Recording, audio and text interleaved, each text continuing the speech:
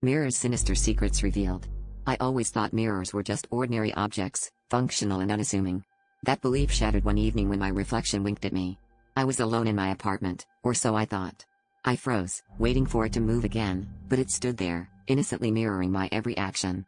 I laughed it off as a trick of the light, convincing myself I was just tired.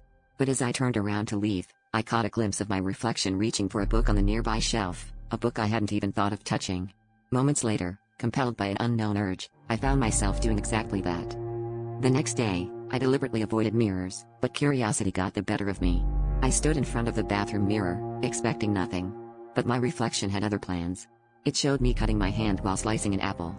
I was careful, or so I thought, but a sharp pain followed as the knife slipped, mimicking the vision perfectly.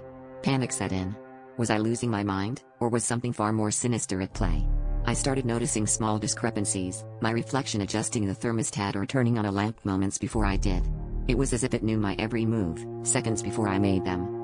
I tried to rationalize it, diving deep into online forums, seeking answers in the digital maze of conspiracy theories and paranormal anecdotes.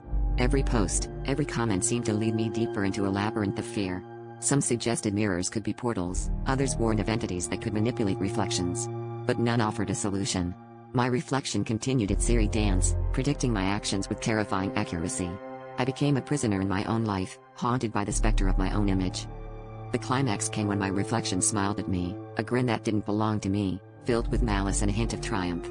It showed me opening the front door to a stranger, letting them in with a welcoming gesture.